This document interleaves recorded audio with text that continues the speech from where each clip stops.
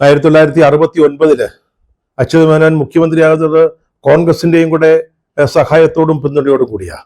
പിന്നീട് 70 തെരഞ്ഞെടുപ്പിൽ കോൺഗ്രസുമായി ചേർന്ന് മത്സരിച്ചു. പിന്നീട് കോൺഗ്രസ് മന്ത്രിസഭയിൽ ചേർന്നു. അവസാനം 1978 ഭട്ടിണ്ട കോൺഗ്രസിന്റെ സമയമായപ്പോൾ CPIക്ക് ഒരു വീണ്ടും വിചാരം.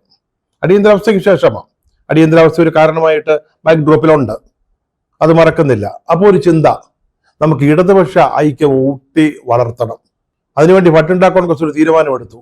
CPI കേരളത്തിലെ ഐക്യ ജനാധിപത്യ മുന്നണി വിട്ട് ഇറങ്ങിപ്പോരണമെന്ന്. അന്ന് തീർന്നതാണ് CPIയുടെ ഭാഗ്യദശ.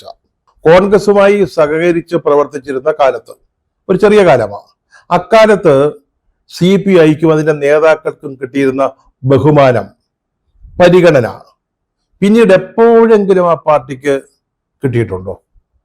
അതാ പറഞ്ഞത്, ശാന്തമായിട്ടൊന്ന് ചിന്തിക്കേണ്ട കാര്യമാണ്. അതിനുശേഷം നിങ്ങൾ LDFുമായി ചേർന്നു. അപമാനമല്ലാതെ, അവഗണനയല്ലാതെ നിങ്ങൾ എന്തെങ്കിലും അവരെ തുല്യ നിലയിൽ പരിഗണിച്ചിട്ടുണ്ടോ? നമ്മൾ നേരത്തെ പറഞ്ഞ പല കാര്യങ്ങള് പിടിച്ചു വാങ്ങിച്ചതാ. മനസ്സിലായില്ലേ? ചന്ദ്രപ്പനും വെളിയവും കാനവും പിടിച്ചു വാങ്ങിച്ചതാ. അല്ലാതെ അവര് നിങ്ങളെ ഒരു സഹോദര പാർട്ടി, ആ കോംറേഡ്ഷിപ്പ് അത് നിങ്ങളോട് എപ്പോഴെങ്കിലും ഈ പാർട്ടി കാണിച്ചിട്ടുണ്ടോ?